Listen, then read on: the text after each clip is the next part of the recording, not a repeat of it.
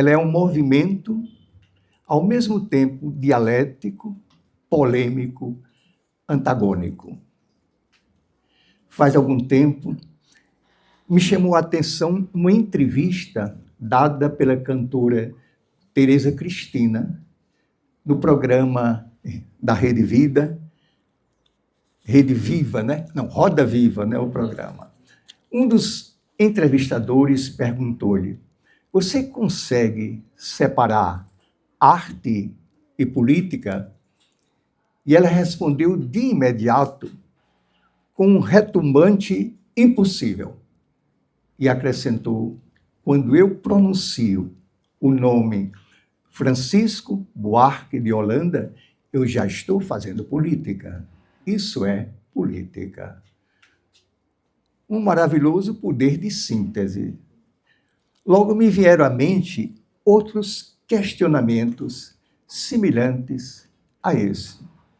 E quando nós pronunciamos palavras sagradas como Deus, Jesus Cristo, e quando nós pronunciamos outras palavras que daí procedem, como família, igreja, ou simplesmente quando nós respiramos, comemos, bebemos, caminhamos, amamos, cansamos. Será que em algum desses momentos nós estamos isentos de qualquer opção política ou conteúdo político? Haverá algum item da Declaração Universal dos Direitos Humanos que legitime o direito de uma total alienação política? Na verdade, não dá para desenvolver uma resposta antes que a gente encontre um ponto de convergência, enquanto a gente não aprofunde mais e unifique o nosso entendimento a esse respeito. A palavra política acumulou a lama de todos os vícios e delitos humanos ao longo de milênios. E hoje é muito difícil, através dessa crosta, a gente enxergar a pureza original da sua definição. Nós estamos cansados, fartos de saber que ela, a palavra, se origina do idioma grego, que polis significa cidade, política, portanto, enquanto ação, é o exercício da cidadania. O maior dos pensadores ou dos filósofos gregos, Aristóteles, ele achou por bem dar-lhe assim uma definição mais ampla, uma definição existencial. Ele diz que política é a ciência que tem por objetivo a felicidade humana. E ele continua escrevendo: toda cidade é uma espécie de comunidade. E toda comunidade se forma em vistas a algum bem, pois as ações de todos os homens são praticadas visando o que lhes parece ser o seu bem. Levando em conta esse modo de pensar, nós podemos até acrescentar uma outra questão mais atrevida.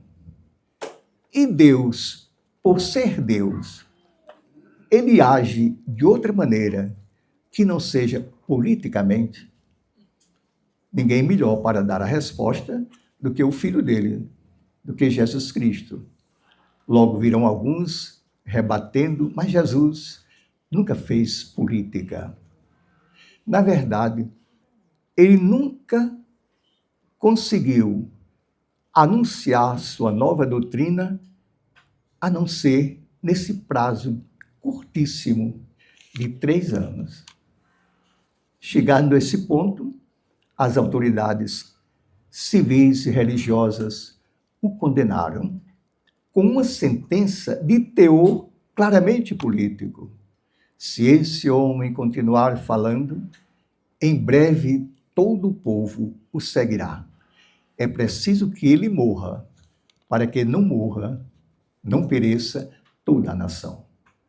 Foi essa a sentença inicial.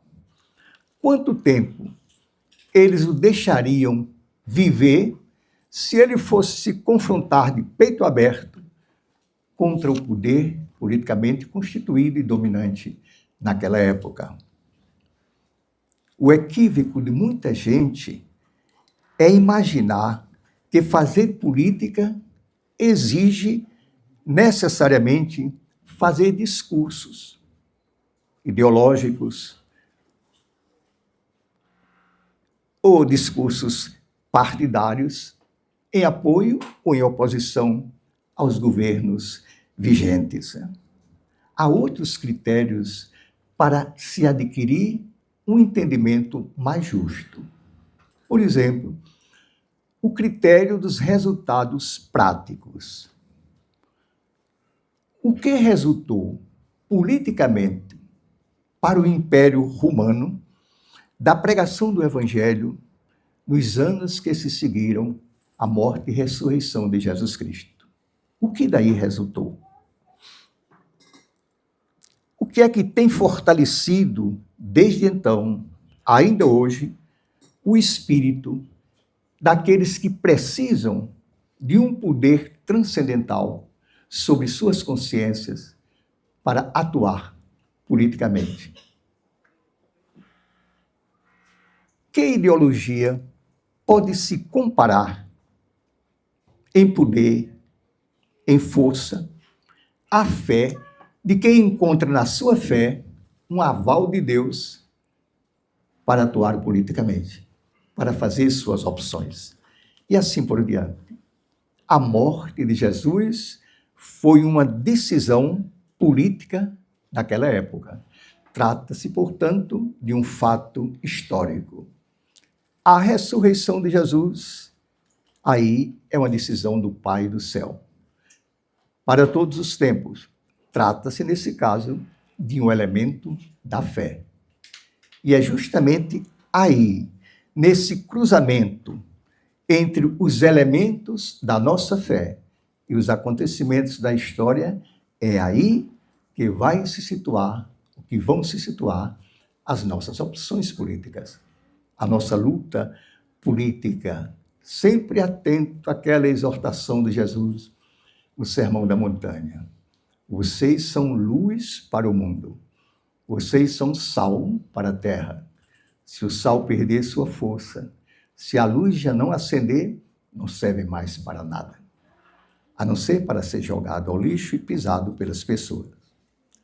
Convoquemos agora a memória de alguém que operou essa síntese, perpetuou o seu legado e é o protagonista dessa reflexão. Alguém que permanece na história para sempre como a figura humana mais emblemática de toda a humanidade nos anos em que esteve à frente da nossa igreja. De maneira particular, naquele triênio virulento da pandemia do coronavírus. Acho que nunca mais vai sair da memória coletiva da humanidade aquela tarde, ou a cena daquela tarde. Papa Francisco caminhando na imensa praça de São Pedro, sozinho, subindo degrau por degrau, até chegar diante da porta da imensa Basílica de São Pedro. Todas as ruas de Roma estavam desertas. Ele estava só.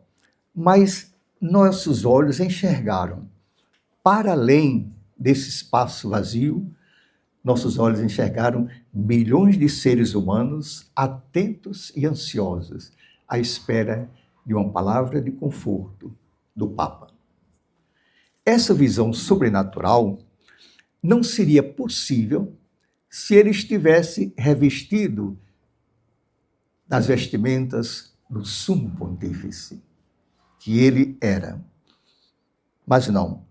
Sua veste branca refletia uma luminosidade real e mística, semelhante a um facho na escuridão. Ali não estava o sumo pontífice, ali estava o pastor. bom pastor. Era somente isso que ele era. Quando ele começa a falar, logo nos faz pensar, não bater palmas. Essa catástrofe que muitos queriam imputar a Deus foi imposta a nós pela natureza violentada. Entre aspas, Papa Francisco, fechamos os ouvidos aos gritos dos pobres e do nosso planeta gravemente enfermo. Avançamos destemidos, pensando que avançaríamos saudáveis em um mundo doente. O resultado, o risco maior, é que poderemos atingir ou ser atingidos por um vírus ainda pior. A saúde precária impedem o pastor de continuar à frente do rebanho. Para as pessoas que estavam acompanhando os acontecimentos naquela fase da história, foi fácil entender, subliminar, ou melhor, o recado subliminar do Papa. Ele estava dizendo, era isso, uma grave crise social e política da igreja, da instituição, tirava-lhe o poder. Ele já não tinha condições de dirigir o barco de Pedro. Era isso que ele queria dizer. Foi um gesto de imensa grandeza. Reconhecer, eu não posso mais, que venha outro, não importa que seja o Papa. O novo Papa, pois, tinha que ser alguém que viesse resgatar a credibilidade da instituição para almas cristãs ou não cristãs. Por isso, com uma tensa expectativa, o mundo inteiro esperou o seu primeiro discurso, o discurso primeiro do novo Papa. E ele falou com palavras breves, voz suave, e terminou dizendo assim: boa noite e bom descanso. Para bom entendedor, essas duas palavrinhas têm uma simbologia profunda e vão ser entendidas a partir dessa filosofia, ou melhor, a partir dessa simbologia. O novo Papa, na verdade, estava rompendo com as regras impostas ao poder desde muitos séculos. Não ficava bem ao poder falar como ele falou. O poder não pode perder sua pose solene e formal, descendo ao nível dos que estavam lá embaixo e se preocupando com seu descanso noturno. Mas era justamente isso o que ele vinha nos dizer. Mais correto seria falar como um legionário de Deus. A igreja precisa de guerreiros bravos que não se cansem jamais. Mas o Papa Francisco estava querendo dizer que ele era o Papa do nosso cotidiano. Onde nós estivéssemos lutando, trabalhando, sofrendo, amando, cansando, lá ele estaria também. Estava dizendo que o Espírito Santo, que ilumina o pastor, ele passa primeiro pelo meio do rebanho. Já era noite, todos estavam cansados, então vamos descansar. Era isso que o Papa estava dizendo. E no momento de despedir a multidão, com a bênção papal, ele desejou primeiro receber a bênção da multidão. Afinal, o que é um Papa sem a bênção do rebanho? A não ser um líder solitário. E o que é um rebanho sem a bênção do pastor? Uma massa desnorteada. Em suma, ele estava querendo dizer, eu e vocês é que somos a igreja. Eu e vocês. Pronto. Estava desenhada a logomarca do novo pontificado. Humildade, compaixão e compromisso. E então ele convoca toda a igreja para reescutar o mandato de Jesus. Ide pelo mundo inteiro. Ir é um verbo de movimento. E supõe e exige caminhar, aventurar, arriscar, como ele chama, ser igreja em saída. E noutra frase dele, saí da frente do espelho e abri a janela que dá para o mundo. Séculos e séculos, a igreja se olhava em frente do espelho para se ver a si mesma e partir para a sua missão. Sair da frente da janela e olhar para o mundo, para as suas periferias morais e sociais. E esse movimento é essencialmente político. Foi profundamente significativa, foi muita sensibilidade do novo Papa, o primeiro documento oficial, chamado Dilexit Te, Eu Te Amei. Esse documento, que trata do amor aos pobres, foi da autoria do Papa Francisco e coautoria dele. É um documento que é 100% de cada um dos dois. Então, Leão XIV estava dizendo: eu assumo o legado do meu antecessor. Em um terceiro momento, vamos pensar as consequências de nós sermos os herdeiros, os beneficiários e os legatários desse patrimônio. Desde o início do seu pontificado, o Papa chamou a atenção do mundo, alertou a consciência coletiva do mundo para o fato de que a Terceira Guerra Mundial já estava sendo travada. Não era uma guerra convencional como tantas conhecidas da história. Era diferente. Ela se dava por meio de batalhas reincidentes, batalhas fragmentadas, que explodem aqui, ali, acolá, sem espaços pré-estabelecidos, ceifando milhões de vidas ao olhar frio e calculista dos seus autores e a cegueira da maior parte da população global, afetada por aquilo que o Papa Francisco chamava a cultura da insensibilidade. Costuma-se dizer que em toda guerra, a primeira vítima é sempre a verdade. E é de fato, né? Como sugere Jesus, quem faz o papel do lobo procura vestir-se com a pele do cordeiro. Daí, o pior dos sacrilégios, que é criar inimigos em nome de Deus, cobrir de bênção aqueles que têm na boca o discurso do ódio. Uma das imagens mais flagrantemente decepcionante para a nossa fé, eu vi um dia desse, o presidente dos Estados Unidos sentado, e uns 14 pastores dando jeitinho de tocar no corpo dele ou na mesa para abençoá-lo.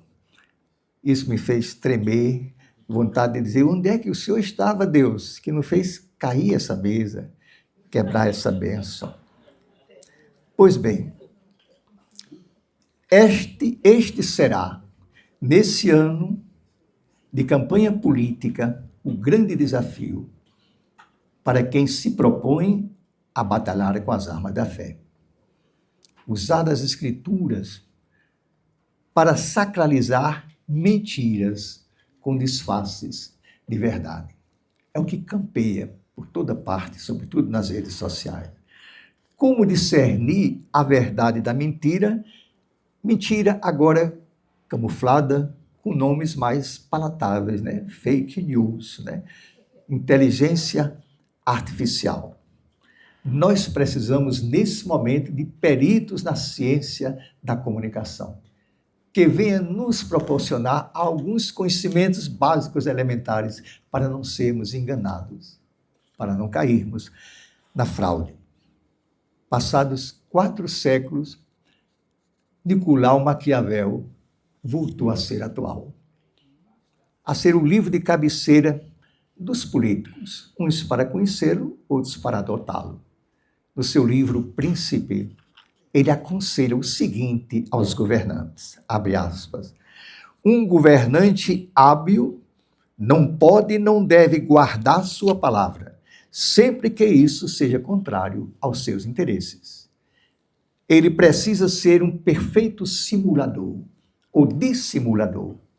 As pessoas são tão simplórias e se deixam de tal modo dominar pelas necessidades do momento que aquele que souber enganar achará sempre quem queira ser enganado. E conclui dizendo, por isso é importante que o governante se conserve no bem enquanto possível, mas saiba recorrer ao mal se necessário. Nicolau Maquiavel. E como pega bem hoje em dia, né? Ações assim tão graves, onde encontrar porta-vozes autênticos da verdade? Papa Francisco foi um desses porta-vozes, sem medo, foi.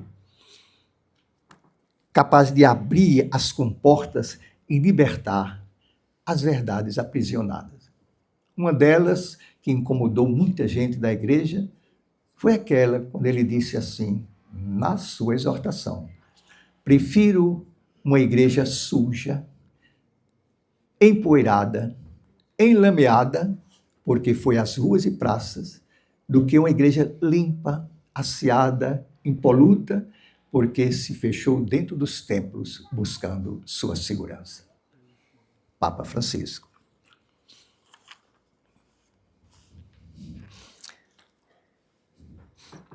Porque adiante, foram inúteis os esforços de alguns pensadores, sociólogos e assim por diante, para descartar a polarização no âmbito político, a polarização que se externa, que se expressa através dessas duas palavras, esquerda e direita.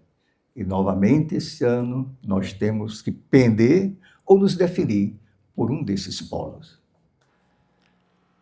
Diz a minha mente que ser direita é aderir ao status quo do sistema dominante, com todas as sequelas que daí derivam para os segmentos diversos da sociedade.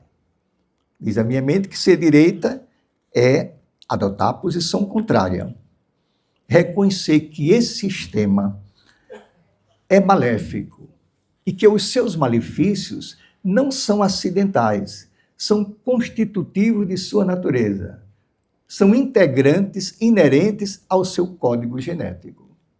Portanto, não tem nenhuma possibilidade de se encontrar uma comunhão entre o evangelho e o sistema capitalista. A partir daí, tem início, então, os embates ideológicos, políticos e, não poucas vezes, bélicos entre essas duas facções. A direita se agarra ao moralismo, à tradição, à ordem estabelecida, a fim de se perpetuar no poder. A esquerda, quando bem intencionada, por sua vez, procura olhar a ordem social com os olhos dos mais fracos e acionar um movimento, uma luta por um outro mundo possível, melhor do que esse. Se alguém acusar essas definições de serem tendenciosas, não podemos negar-lhe alguma razão. Nós estamos enfrentando situações emergenciais e elas nos obrigam a inspirar-nos mais do que na ciência pura, na irrupção dos sentimentos. A ciência pura, ou a razão pura, fala para ela mesma, da razão para a razão. Os sentimentos, muito especialmente o sentimento da indignação, ele passa pela mente, mas ele irrompe do coração. Ele gera a paixão e impele para a luta. A fé está mais próxima do coração do que do intelecto. Consequência disso, ela nos convoca a ser militantes apaixonados. Se a gente não for apaixonados, se a gente for racional demais, se a gente for frio, se a gente for um Einstein em certas circunstâncias. Einstein é um gênio. A gente dizendo isso, bota logo ele ao concurso, né? Porque é um gênio. Mas que, quando ele estava cansado de ouvir a palestra de algum Frei Aloysio, ele simplesmente entrava no cérebro dele e ficava lá no cérebro dele, tranquilo. Não, nós temos que ser apaixonados, militantes apaixonados. Senão, não vale a pena lutar, não. Com essas ideias, é claro, nós não estamos discriminando, dividindo os dois lados, como se do lado de lá estivessem os maus e do lado de cá estivessem os bons. Não, nós não somos melhores, não somos piores, nós somos iguais. Melhor é a nossa causa, como dizia o poeta Tiago de Mello, né? Mas um só desses caminhos, e nisso nós acreditamos, é o que favorece e encerra a grande utopia de construir o progresso com base na justiça em favor da paz. A direita detesta e boicota qualquer utopia. Não há utopia no lado direito. De qualquer forma, entre esses dois polos, pode ficar neutro sem trair a humanidade. Dante Alighieri diria, como ele disse de fato na Divina Comédia, em situações de grandes conflitos, quem fica neutro merece o lugar mais quente do inferno. E botou os neutros do inferno. Ou vale lembrar aquela fabulazinha famosa, né? Era uma vez uma cigarra que, por ódio à formiga, voltou no inseticida.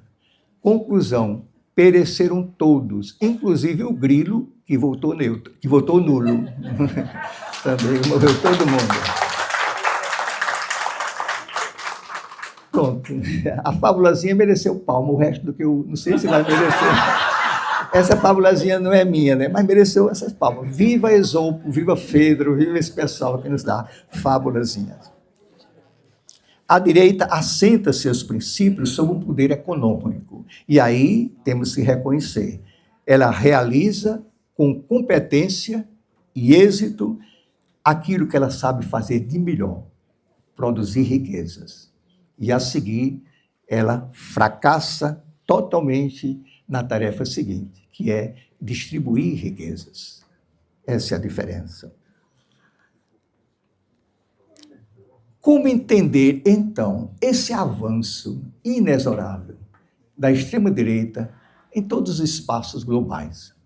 Certamente, e atenção, nós cristãos, é que ela se casa bem, esse modo de pensar, se casa bem com uma marca original da nossa natureza humana, que é o individualismo.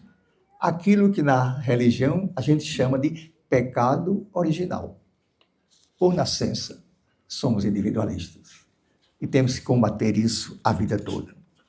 E porque há tantos que, mesmo assim, arriscam sua vida para se opor a esse domínio opressor? Pela razão inversa. Porque o preço desse aparente sucesso é a destruição de direitos fundamentais da pessoa humana. Confesso que eu naveguei durante alguns anos, padre novo, naveguei nas águas da direita. Acreditei que a paz se fundava sobre a ordem. E a ordem seria o melhor espaço para trabalhar em favor daquela nossa utopia que era construir o reino de Deus.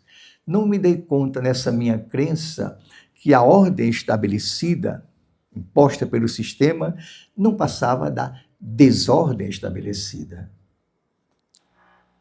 Quem me abriu os olhos, me livrou da ignorância, foi Jesus. A estratégia de Jesus. O Jesus manso e humilde de coração do evangelista Mateus não podia ser separado do Jesus que foi sinal de contradição, redenção para uns e escândalo para outros. Como então entender de outra maneira aquele que declara: eu vim ao mundo lançar fogo, e o que eu quero é que esse fogo acenda. E noutra passagem, eu vim para ser batizado com um batismo de sangue, e a minha alma está inquieta enquanto isso não acontecer. Palavras diretas de Jesus. E não temeu denunciar as autoridades constituídas com palavras fortes, hipócritas. Com as vossas tradições, abandonais o verdadeiro mandamento de Deus. E como imaginar esse Jesus conciliador diante da resolução das autoridades religiosas para livrar o povo de vez do seu contato? É preciso que ele morra, para que não pereça toda a nação. Uma sentença dessa só cabe a alguém que é tido como rebelde, revolucionário não, rebelde e perigoso. Não tive mais dúvida, Jesus era a suprema esquerda. Sua vida inteira foi um chamado para resistir a todos os impérios do mundo. O único império irresistível seria o império da fraternidade e da justiça. Hoje, para mim, ser esquerda não é uma questão de ideologia, é uma questão de fé. Cada vez que rezo o Pai Nosso e pronuncio essas palavras,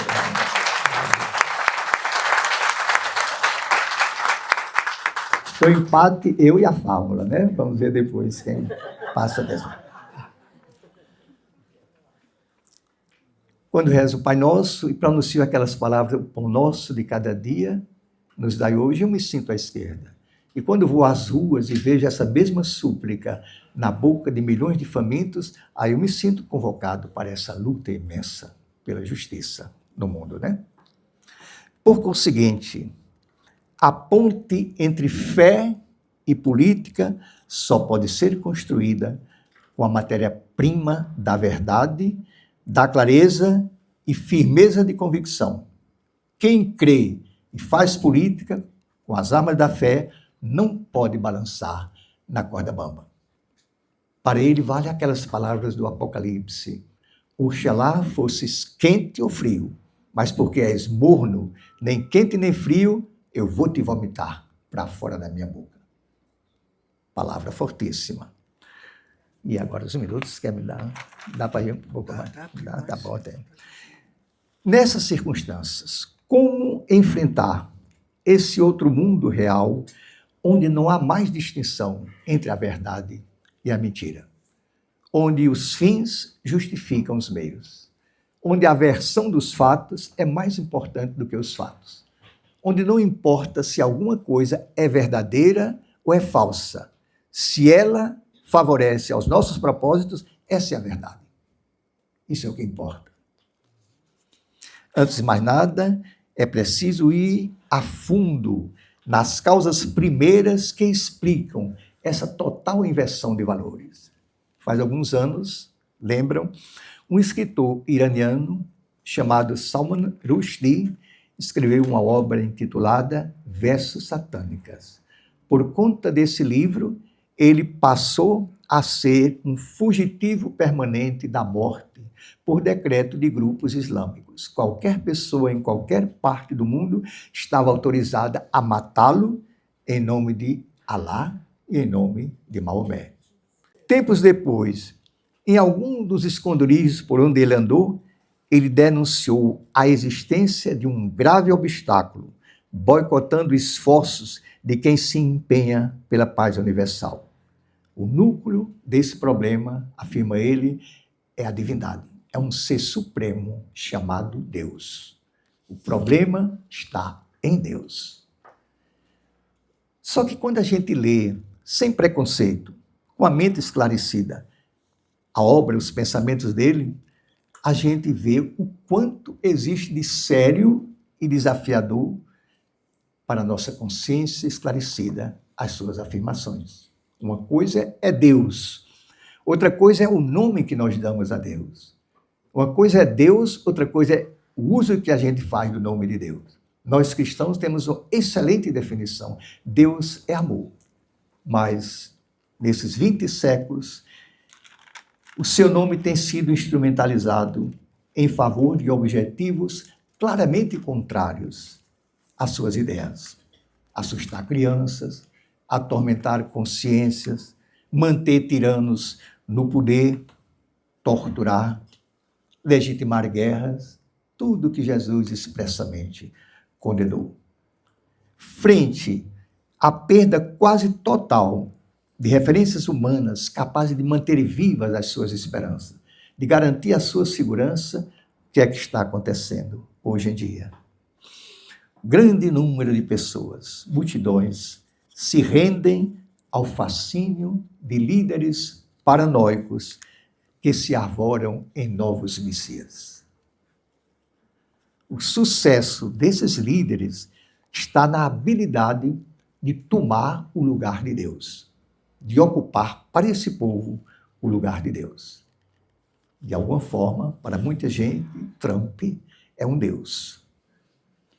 E aí, é aí que nós descobrimos a parte de razão que cabe ao escritor iraniano. A divindade que ele acusa não tem nada a ver com o nosso Deus, o Deus de Jesus Cristo. Não tem nada a ver. É antes um Deus projetado nessas figuras idolátricas, travestidas de divindade. Lembremos disso, eles têm seus deuses. Eu invoco agora o saber de uma testemunha de renome, a psicanalista Rita de Almeida. Em uma de suas dissertações, ela pergunta: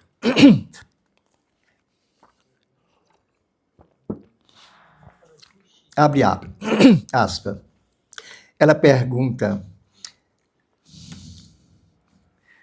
o que é que faz tantas pessoas depositarem sua fé e de modo subserviente nessa espécie de charlatões e se entregarem a eles? Então, ela analisa uma resposta que foi dada por Freud, entre aspas. Eles representam o recurso humano mais primário de lidar com o desamparo, o lugar mais confortável, psiquicamente, de conviver com o sentimento de angústia e de medo. Daí a adesão irracional.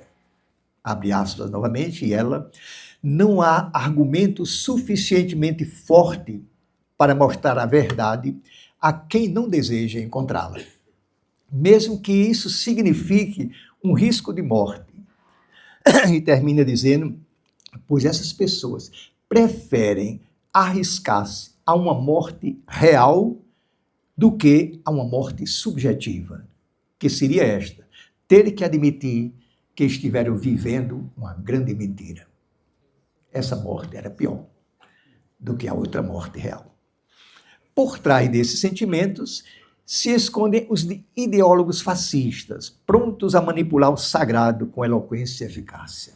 É disso que o mundo está cheio.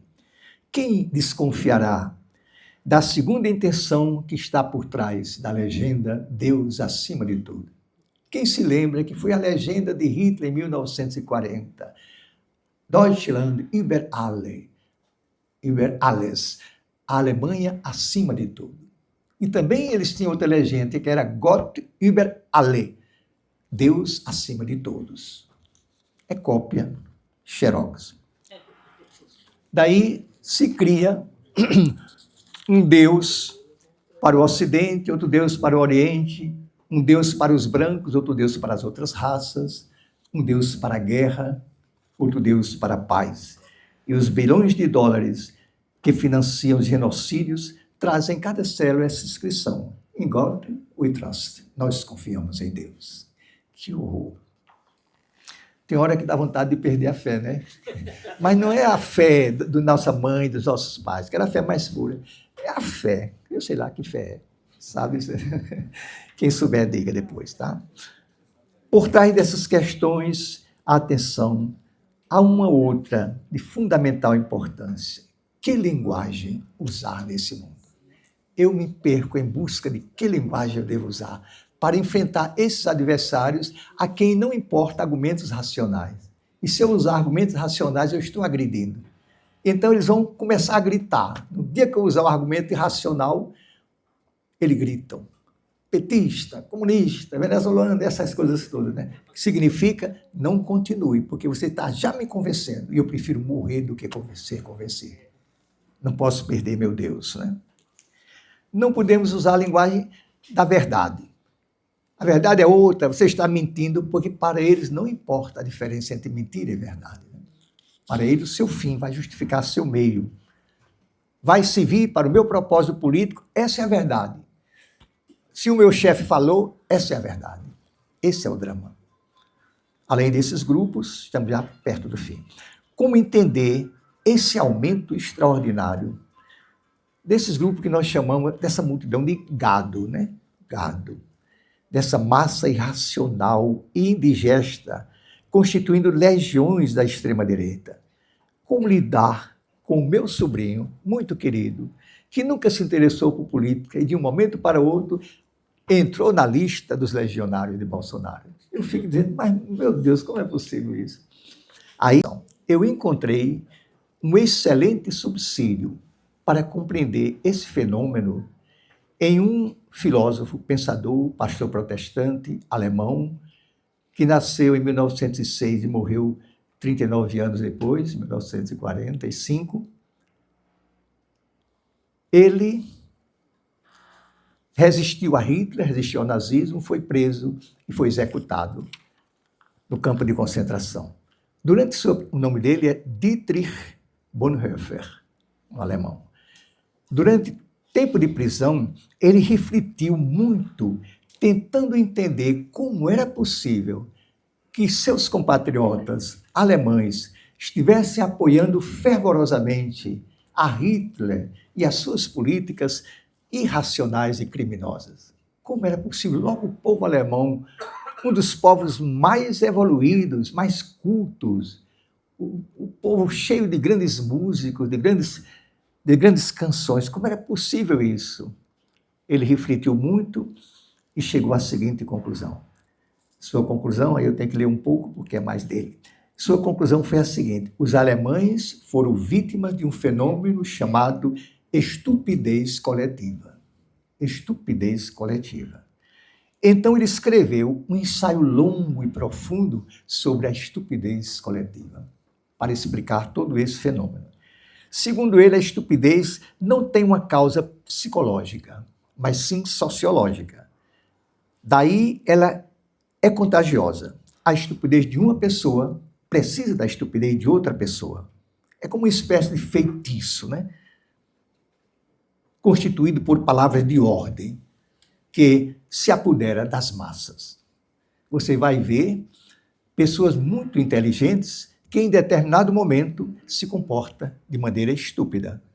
Trata-se de uma recaída de sua personalidade, que não tem nada a ver com as suas capacidades intelectuais. O melhor intelectual pode ser um estúpido, dessa estupidez coletiva. E quando as pessoas estão passando por um período de estupidez, nunca acreditarão em argumentos contrários à sua estupidez. Simplesmente ignoram. São absolutamente impermeáveis às advertências sobre as catástrofes que daí poderão proceder, contra elas mesmas e contra outras pessoas. Pelo contrário, elas se orgulham do seu modo de pensar. Se orgulham dessa estupidez. Às vezes, diz Bonhoeffer, pode ser até perigoso tentar persuadir um estúpido com argumentos racionais. Porque ele vai se sentir agredido. E facilmente pode partir para a grosseria e a violência. É o pavor de descobrir que estão errados, que estão vivendo uma grande mentira. Quando eu olho alguns parentes meus, primos, não é a maioria, é a minoria, mas não é possível, isso me faz compreender. Eles estão acreditando na sua estupidez. Por quê? Aí só Freud de novo, né? Eu não consigo. Bom, conclusão. O legado do Papa Francisco permanecerá sempre como uma fonte inesgotável de inspiração. Quem quiser beber até saciar sua sede dessa sabedoria, leia os documentos deles, muito especialmente o Laudato Si, sobre o planeta Terra, e o Evangelii Gaudium, sobre a missão da Igreja. Além de outros, muitos outros. Como todo verdadeiro profeta, ele foi amado e odiado. Foi acolhido e incompreendido. Mas continua sendo universalmente admirado pela sua vida, pelos seus gestos concretos, pelas suas atitudes, sempre, sem perder a ternura e sem perder a coragem. Essas duas coisas. Muitos cristãos que prezam sua fé andam alarmados e amedrontados com o estado de crise permanente em que se encontra o nosso mundo. E muitos estão doentes. Eu, no segundo turno da última eleição, por Conselho médico, tive que me retirar. Você se retirar do campo de batalha quando falta só 2, tive que me retirar. E não sei se foi melhor ou foi pior, porque ninguém aguenta, né? Sem saber, é melhor saber. Por causa de um drama que ele disse, olha, pode cair na ansiedade. Isso faz medo, né? A gente, essa doença da ansiedade. Pois bem, aí vale a gente lembrar que a palavra crise traduz literalmente um momento de decisão, exigência de mudança inadiável. Na medicina, é aquela situação limite na evolução da doença, que se define entre o agravamento e a morte, ou entre a cura e a vida. Mas isso se abre, como está claro, para 2 possibilidades, o perigo e a oportunidade. Vamos agarrar a oportunidade. Alguns vão morrer, vão. Houve alguma mudança no mundo que não cobrou também o preço da morte? Não houve, nem a nossa de Jesus.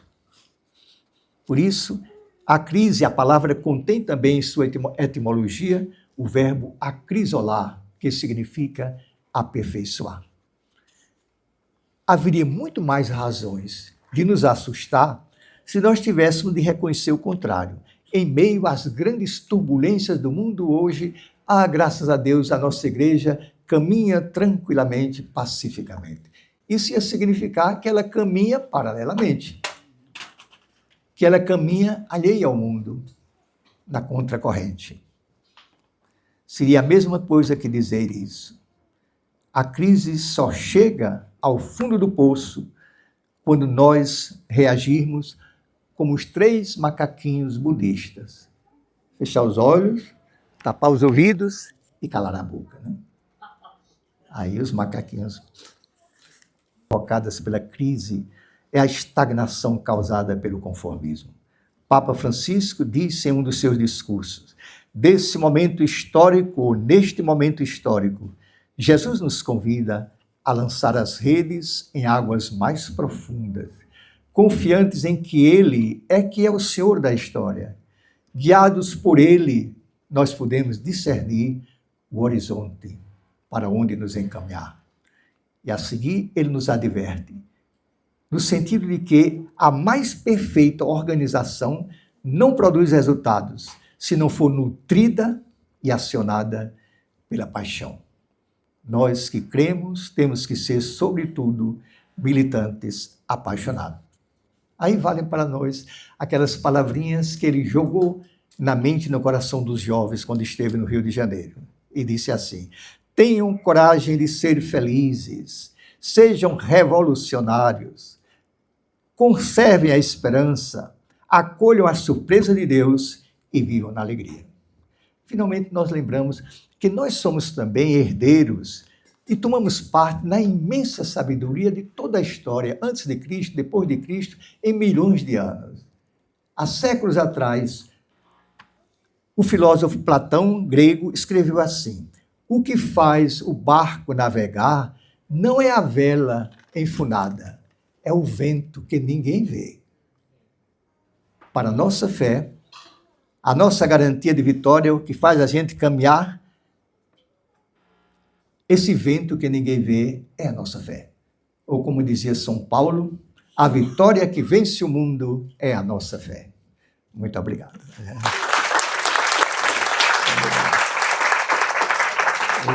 É bem na hora, né? Obrigado. Muito bom. Então, só agradecendo, né, a presença de todos. O auditório vai ficando muito bonito, né? Muito mais gente chegando. Vamos, antes de desfazer essa mesa, depois dessa fala do Frei Aloysio tão pertinente, todo mundo sabe pela inscrição, mas queria recordar que o tema dessa palestra foi o legado do Papa Francisco para consertar a ponte entre fé... Que eu não enfrento, porque não vai valer absolutamente a pena. Nós temos que selecionar aqueles protestantes que realmente pensam, e que eu acredito que sejam maioria, né? E deixar de lado esses extremados neopentecostalistas, porque ele não aceita nenhum argumento que saia da nossa razão. E eu não consigo argumentar sem essa razão. Então a pergunta ficou meio no vazio, porque extrema-direita eu não consigo. Não tem como. Se você um dia souber, me diga, viu? É sair de a gente tudo ir para a rua, para a praça, para os lugares onde realmente estão as pessoas. E voltar para a igreja para rezar, para pedir a Deus força para continuar indo para a rua.